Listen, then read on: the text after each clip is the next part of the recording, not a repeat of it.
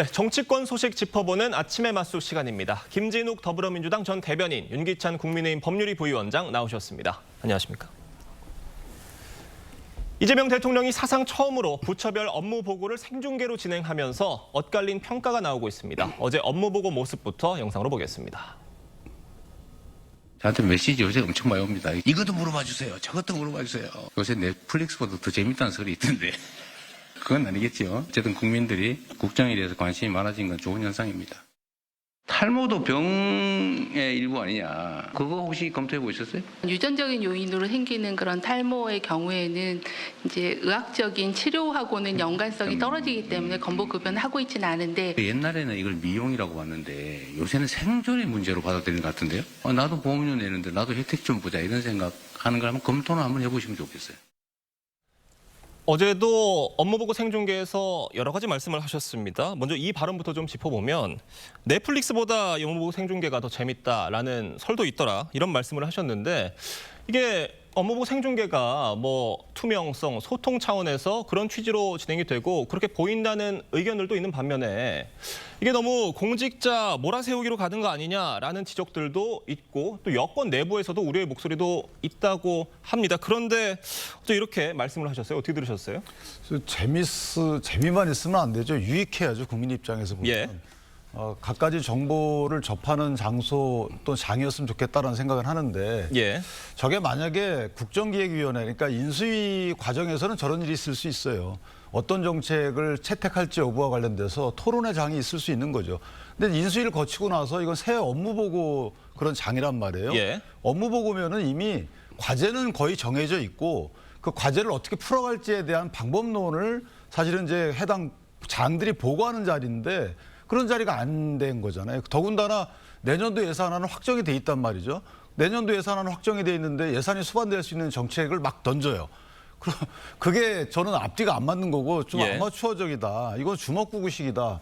아니 이게 무슨 대통령께서 특정 정당의 당대표도 아니고 정치인적 성격을 갖고 있지만 일단 국정의 최고 책임자면 지금 약간의 반응도 그렇고 장을 운영하는 그 형태 기조도 그렇고 저는 뭔가 안 맞다라는 생각이 들고 또 하나는 장관들은 대통령이 임명권을 갖고 있기 때문에 예. 토론이 저런 생중계장에서는 불가능하죠. 장관들이 대통령이 잘못된 지적이나 잘못된 발언에 대해서 어떻게 시정을 시킵니까? 그 일방적으로 얻어맞는 그런 거를 국민들이 다 지켜봐야 되는데 그 국민들이 해당 장관을 믿고 또는 해당 공무원들이 부처 공무원들이 그 장관을 믿고 따라갈 수 있겠어요? 저는 정말 잘못된 운영 방식이다 이렇게 생각합니다.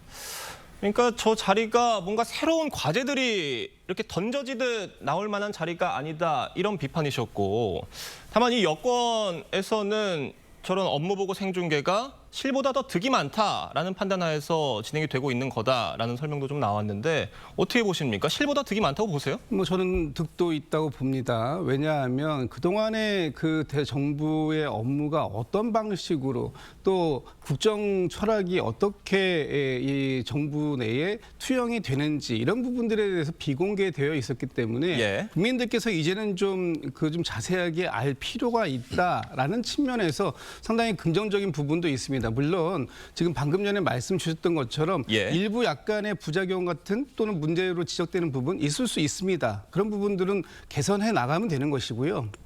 지금 그 국민들께서 궁금해하시는 부분들에 대해서 직접 소상하게 설명할 수 있는 자리가 그동안 너무 없었다라는 거. 그리고 지금 좀 전에 말씀 주셨던 것처럼 과제가 이미 설정되어 있고 그 과제를 어떻게 풀어나갈 것인가 하는 부분에 대해서 대통령이 직접적인 아주 구체적인 그 예시를 들어서 질문을 했는데 예를 들면 인천공항공사 같은 경우에는 이 관세청에서 외환이 어떻게 밀반출될 수 있는지 그걸 어떻게 막아낼 수 있는지 이런 부분들에 대한 질문을 직접 했음에도 불구하고 그 부분에 대한 답변을 제대로 해내지 못했을 때 과연 국민들께서 불안감이 없겠습니까? 그런 부분들을 지적하는 모습일 뿐이지 이것이 뭐 어떤 망신주기라든지 아니면 질책하는 그런 모습으로만 비춰지는 것은 아니다. 국민들께서 이런 과정들을 보시면서 우리 정부가 앞으로 어떻게 국정을 운영해 나가겠구나 하는 것을 보실 수 있다면 그 나름의 충분한 의미 있다고 봅니다. 탈모 얘기도 하셨습니다. 탈모도 좀 지원해 줄 수 있는 부분이 있는 거 아니냐라고 보건복지부 장관이 얘기를 했는데 자, 이게 뭐 미용이 아닌 생존의 문제다 이런 말씀도 하셨어요. 이게 뭐 어느 정도 공감이 되는 부분이 뭐 없지는 않습니다만 다만 이런 부분에 대해서까지 건보 재정을 투입하는 문제는 좀 다른 문제인 것 같거든요. 어떻게 보세요? 건보는 사실 이제 질병 치료와 예. 관련된 공동담보 목적이잖아요. 그러니까 많은 분들이 돈을 출연해서 그중에 아픈 분들 우선적으로 치료받게 하는 예. 그런 부분이에요. 그러니까 돈이 없어 치료를 못 받게 하도록 어떤 사회 보장책으로 만든 것인데 지금 대통령께서 저런 말은 약간 이해가 안 되는 부분이 이제 개념적 문제다라고 하시는데 논리적 문제가 아니고 개념적 문제. 예. 아니죠. 그거는 정책을 정하는 그 우선 순위의 문제가 되는 거죠. 그러니까 정은경 장관이 계속 지속적으로 대통령의 저런 주장에 대해서 반박성 겸손한 말을 해요. 완곡하게 말씀을 네, 완곡하게 하는 게 예. 사실 안 된다는 취지인데 그 대통령을 저 자리에서 이길 수가 있겠습니까? 그래서 안 된다는 거예요. 생방송이라는 것은. 왜냐하면 이게 탈모 이 부분도 사실은 이미 한번 논쟁의 대상이 됐었죠. 대통령 선거 때 논쟁의 대상이 돼서 그 부분은 어느 정도 정리가 됐는데 다시 꺼내시는 거죠. 물론 많은 분들이 유전적 요인에 의해서라도 2천만 명의 탈모를 겪고 있는 분들이 다 치료받으면 좋죠. 근데 그게 치료 효과도 효과일 뿐만 아니고 실제 그렇게 되면 건보 재정이 30몇 년이면 이게 고갈된다는 거잖아요. 예. 그래서 안 된다는 거이고 또 하나는 실손보험하고 차별이 성립이 돼요. 왜냐하면 실손보험은 이미 정부 당국에서 저렇게 미용적 치료의 경우에는 실손보험 아니 내가 내 돈 내고 국민 개별적으로 내 돈 내고 보험회사가 책임져주는 실손보험 혜택도 줄여가는데 어떻게 공동재정으로 운영하는 저런 국민 이 건강보험에서 저거를 또 주장하시냐 이 말이죠. 오히려 저는 요즘 한참 문제가 되고 있는 응급실 뺑뺑이 문제를 대통령께 지적하셨으면 저는 이해가 돼요. 이거 어떻게 해결합시다라고. 그런 것들은 생산적인 논의의 대상이 되지만 아니 저 부분을 다시 또 주장하신다는 거. 저는 오히려 정당에서 주장하더라도 국정의 최고 책임자인 대통령이 안 된다라고 하셨어야 되는 건데 대통령이 주장하시고 정은경 장관이 안 됩니다라고 완곡한 표현을 하는 이런 현상. 저는 상당히 잘못됐다라고 봅니다. 그럼 어제 탈모 얘기뿐만이 아니라 비만 또 한방 난임 문제들도 언급을 하셨는데 이게 뭐 건보 재정이 여유가 된다면 다 지원이 된다면 뭐 좋겠습니다만 지금 그런 상황이 아니라는 분석들이 많고 또 어제 자리에서 이런 건보 재정에 대한 논의까지 같이 이루어졌으면 좋았을 텐데 이거에 대한 언급은 없었던 것 같아요.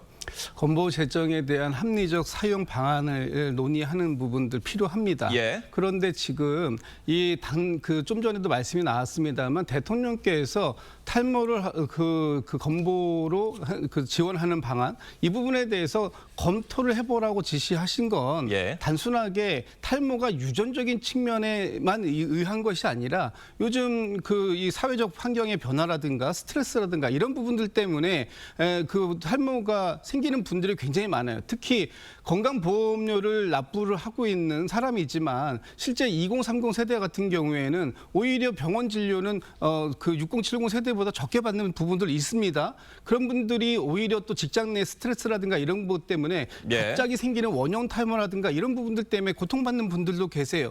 그렇다면 이것을 개인적인 그 상황으로 알아서 처리해라라고만 할 것인가? 아니면 이 부분에 대해서도 국가가 지원할 수 있는 뭐 이걸 무한정 지원하는 것이 아니라 횟수를 제한하든 아니면 총액을 제한하든 여러 가지 방식이 있을 수 있기 때문에 이런 부분들에 대해서 검토해 보는 것 이런 부분들까지 하지 말라라고 말씀하시는 거 이것이 어떻게 포퓰리즘적이냐라고 이제 저는 보는데 지금 대통령께서 이런 업무 지금 그 보고를 받으시면서 이 과정들 속에서 아주 지엽적인 걸 말씀 주시고 계시지만 그런 정도를 가지고 계속해서 말꼬리를 잡기보다는 예. 지금 우리 이재명 정부의 어떤 국정의 철학은 아주 작은 것까지도 국민들에게 도움이 될 수 있는 부분이 있다면 검토해보고 그 부분에 대한 합리적인 조정안을 만들어 보겠구나라는 식의 어떤 그 국정을 운영해 가겠다라는 큰 그림으로 해석해 주시는 것이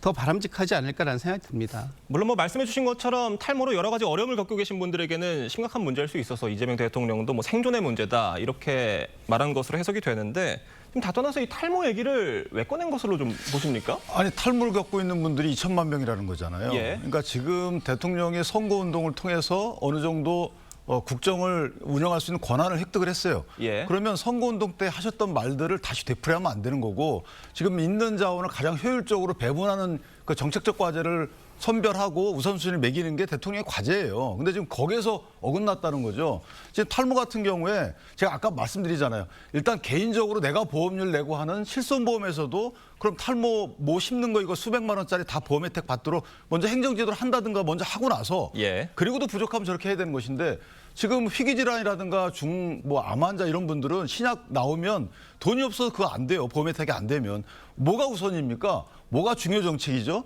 저는 박하게 해서 여러 명이 혜택 받는 것도 중요하지만 그건 우선순위가 뒤로 밀려져야 되는 거죠. 보험의 취지가 원래 그런 거잖아요. 그런데 거꾸로 가고 계시니까 거기에 대해서는 글쎄요. 저 말을 내부 논의 과정에서 제기했다 몰라도 저렇게 공론화 과정에서 대통령이 덜컥 제시한다는 거 저는 상당히 애드리브 정책 이건 정말 글쎄요. 저 이렇게 하면 안 된다고 생각합니다.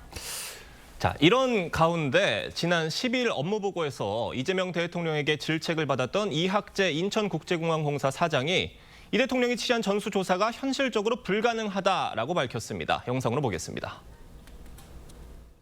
책갈피에다 끼고 나가면 안 걸린다. 그 실제로 그래요? 그 업무는 이제 인천공항에서 주로 하는 업무는 아니고 자꾸 옆으로 세지 말고 가능하냐고 묻잖아요. 제가 100달러짜리 한 묶음씩 그 책갈피에 끼워서 가져가는 게 가능하냐고 말이잖아요. 그거 안 걸리고.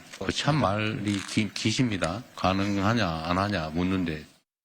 실질적으로 가능치가 않습니다. 그렇게 되면은 엄청난 혼란이 있을 거고요. 전 세계적으로도 또 그런 사례도 없고 공항 운영 때문에 안 되는 거고 또 그거는 여객들에게 굉장한 불편을 끼치는 거이기 때문에 이재명 대통령이 업무보고와 관련해서 공무원들에게 모르는 건 모른다고 해라라고 그러니까 제일 나쁜 게 뭐 모르는데 아는 척하는 거다라고 얘기를 하셨잖아요. 이게 그러니까 모르는 건 모르고 아닌 건 아니라고 해라라는 취지로 해석이 되는데 이학재 인천국제공항공사 사장도 저희가 그 지시를 받고 이만저만해서 따져보니까 그게 좀 어려울 것 같다라고 얘기를 하신 것 같거든요. 그런데 지금 민주당에서는 이거에 대한 좀 비판이 나온 것 같습니다.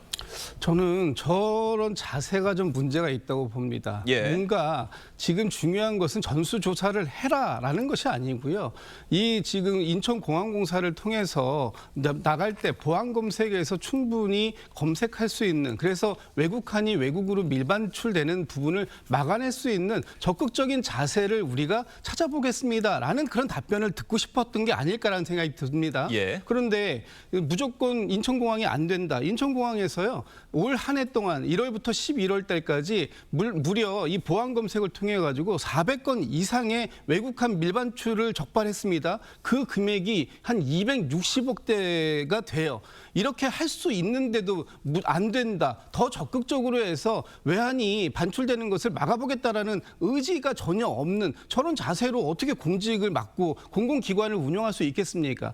그 대통령께서 지적하시는 것은 할 수 있는 것을 없다. 할 수 없다. 없으니까 할 수 있게 해라. 이런 부분들이 아닙니다. 지금 공공기관을 운영하는 그런 분들이 어떠한 마음가짐을 가지고 그 기관을 운영해 나가는가 하는 측면을 보는 것인데 그 부분에 있어서 매우 질타받을 수밖에 없는 그런 모습을 보였다라는 것이 문제라는 것이고요. 관세청과 공항공사가 이 업무가 이분화되어 있습니다. 예. 보안 검색은 공항공사가 하고 이 보안 검색에서 어떤 이 외국한이라든가 이런 것들이 적발됐을 때 그 이후의 조치를 관세청이 하는 거죠. 그렇다면 더 적극적인 유기적인 관계를 가지고 해보겠다. 그리고 이 전수조사를 했을 때 시간이 많이 걸리니까 그것을 어떻게 하면 효율적으로 시간을 줄이면서도 이 밀반출되는 이 외국한이 적게 만들 수 있는 방법이 있는가 이런 부분들에 대해서 우리가 적극적으로 해서 국민들이 불편하지 않으면서도 예. 실질적인 효과를 담보할 수 있는 방법을 찾아보겠습니다. 저는 그 말씀을 하셨으면 좋았을 텐데 여전히 뒤에서 우리는 할 수 없는데 자꾸만 대통령이 할 수 없는 거 시켜요. 이런 식의 말씀을 하시는 건 국민들로부터 좋은 평가를 받기는 굉장히 어려울 것이다. 지금 이 인천공항공사가 몇 년 전까지 공항 그 기업 운영에 대한 등급을 평가받았을 때 A 받은 등급입니다. 그런데 지금 작년에 C 등급 나왔습니다. 이런 안일한 자세를 가지고 공항을 운영하기 때문에 그 국정에서도 이런 좋은 평가가 나오지 않는 것 아닌가라는 자문을 해볼 때입니다. 근데 예. 대통령께서 물을 때요. 그렇게 물었어요. 이게 가능합니까? 안 가능합니까? 그것만 대라는 거예요. 그걸 왜 묻습니까? 그걸 몰라서 묻는 거예요?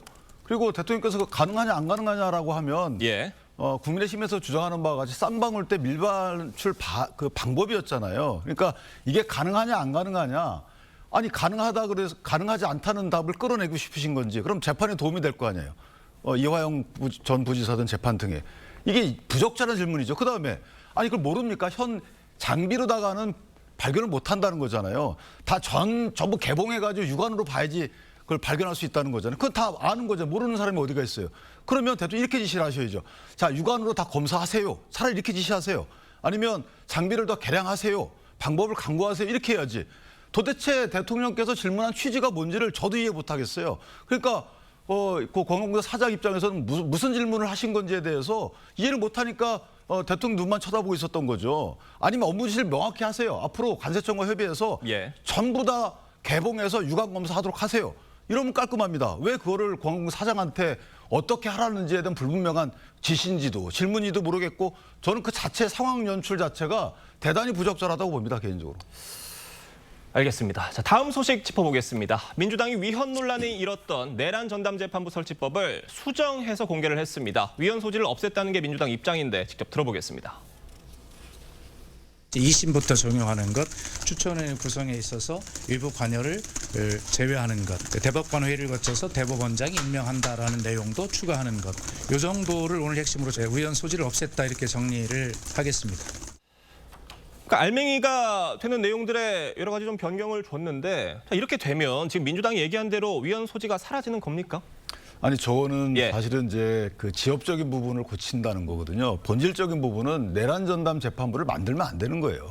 왜냐하면 이게 이 사건은 계류 중에 있잖아요. 그러니까 사건이 하나 이미 계류 중에 있고 재판이 시작되고 나서 그 사건에 적용할 재판부를 사후적으로 만든다는 게 예. 이게 앞뒤가 안 맞잖아요. 원래 재판부는 있어야 되는 거고 거기에 사건이 배당되는 개념인데 특정 사건에 특정 재판부를 만들어서 거기에 배당을 한다. 이게 이렇게 하면 안 된다는 거죠. 이거 배당 역배당이에요. 이거를 막기 위해서 원래 있는 재판부에 사건이 배당된다 하더라도 있는 재판부에 해당 판사가 뭔가 부적절하다고 하면 기피 제척 회피 제도가 있는 건데 아니 기피 제척 회피를 아예 재판부를 만들어서 적용시킨다. 이게 앞뒤가 안 맞는 거고 이건 위헌이에요. 이렇게 하시면 안 되는 거고 왜 저렇게 해석까지 만들려고 하는지 만들려고 하는 의지를 보인다는 것 자체가 이미 저건 불필요하고 저거 만들면 안 된다는 어떤 시그널을 주는 거기 때문에 저거는 고친다 하더라도 위헌입니다. 그 후보 추천위원회에 외부 인사를 넣는 부분이 이제 위헌성이 강하게 지적이 되면서 이번에 수정된 내용을 보면 이제 법원 내부 인사들로 그걸 구성하겠다는 거 아니겠습니까? 그런데 일부 보도에 따르면 그 진보 성향 판사가 주도하는 전국 법관회의 6명 또 각급 법원의 판사회의 3명으로 추천위원을 구성하는 방안 검토 중이라고 알려졌는데 어떻습니까? 이거 사실인가요?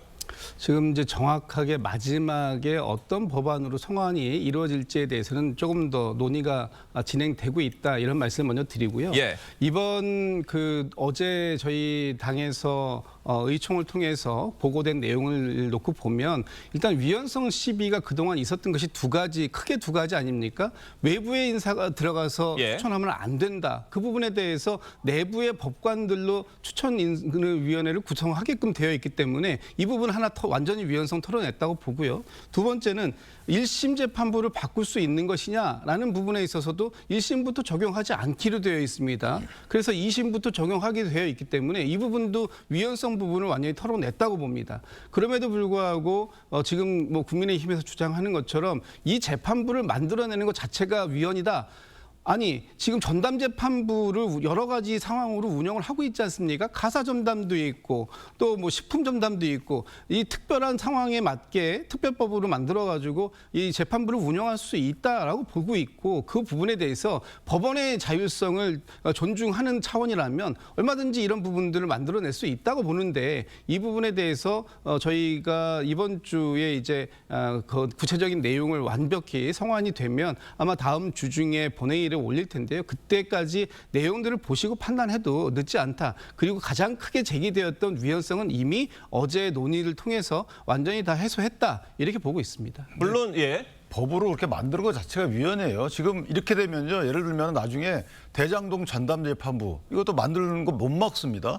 그리고 나중에 A 인사에 대한 전담재판부. 그 국민이 만약에 특정 피해를 당한 국민들이 나 이 재판만을 위한 전담 재판 만들어 주세요. 그러면 어떻게 막을 거예요? 그러니까 이미 발생한 사건에 대해서 그 사건만을 재판할 재판부를 만든다는 것 자체가 위헌이라는 말씀이시죠? 그거 불가능 그렇게 하면 안 되는 거고요. 지금 말씀 주신 특수재판부는 있죠. 그러니까 뭐 예를 들면 지적재산권 전담. 예. 거기에 전문 지식이 있는 분들로 재판부를 만들어 놓고 사후적으로 거기에 해당 사건들을 사후적 배당을 하는 거예요. 그런 것들은 얼마든지 가능합니다. 그런데 내란죄와 관련된 전문 지식이 있어요?